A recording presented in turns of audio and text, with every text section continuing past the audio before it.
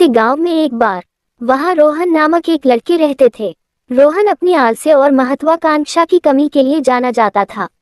उन्हें समय बर्बाद करने और महत्वपूर्ण कार्यों पर विलंब करने की आदत थी।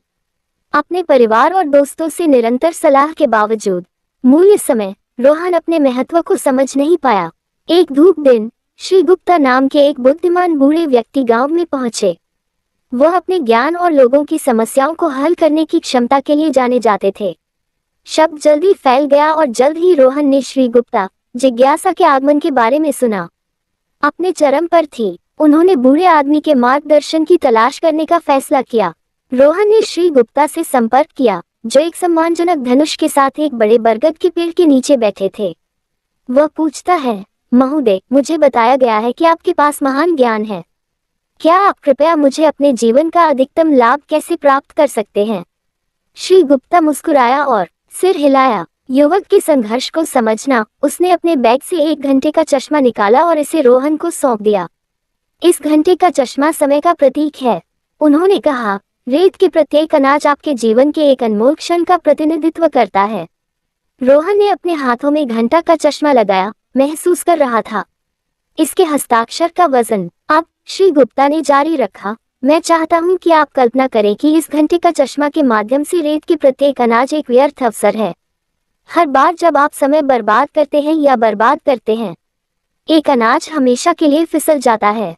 रोहन उसकी गुरुत्वाकर्षण को महसूस करते हुए आरोवां, जो कि श्री गुप्ता के रूप में ध्यान से सुनी गई। समय एक बहुमूल्य उपहार है मेरा लड़का, ये किसी के लिए इंतजार नहीं करता है। हर सेकंड जो पास होता है वह एक सेकंड है जिसे आप पुनः प्राप्त नहीं कर सकते हैं। यदि आप इसे बर्बाद करते रहते हैं तो आप अफसोस से भरे एक दिन जाग जाएंगे, तात्कालिकता की भावना महसूस करेंगे। रोहन ने पूछा, लेकिन कैसे कर सकते हैं? मैं बदलता हूँ, मैं समय का मूल्य कैसे दे सकता हूँ और इसका अधिकतम लाभ उठा सकता हूँ? श्री गुप्ता ने गर्मजोशी से मुस्कुराया, ये छोटे कदमों से शुरू होता है। उन्होंने कहा, लक्ष्यों को निर्धारित करके और अपने कार्यों को प्राथमिकता दें, उन्हें प्रबंधनीय भागों में विभाजित करें और उन्हें एक एक करके पूरा करने पर ध्यान केंद्रित करें।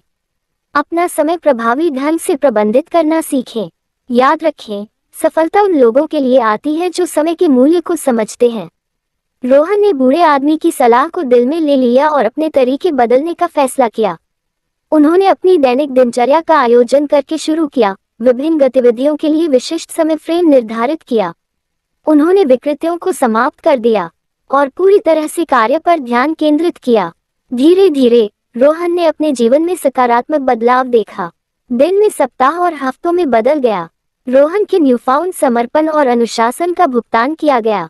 उन्होंने उन कार्यों को पूरा किया जो वह के लिए बंद कर रहे थे। साल उसने अपने जुनूनों का पीछा किया और छिपी प्रतिभा की खोज की। ग्रामीणों ने रोहन में देखे गए उल्लेखनीय परिवर्तन पर आश्चर्यचकित किया। समय के साथ रोहन को एहसास हुआ कि समय की वास्तविक शक्ति केवल कार्यों को पूरा करने में नहीं, बल्कि पोषण में नहीं है। रिश्ते, उन्होंने अपने परिवार और दोस्तों के साथ गुणवत्ता का समय बिताया। उन्होंने साझा किए गए क्षणों की सराहना की। वह समझ गया कि समय एक सीमित संसाधन था और प्रियजनों की कंपनी में बिताए गए हर दूसरे एक खजाना था। साल बीत गए और रोहन बूढ़े हो गए।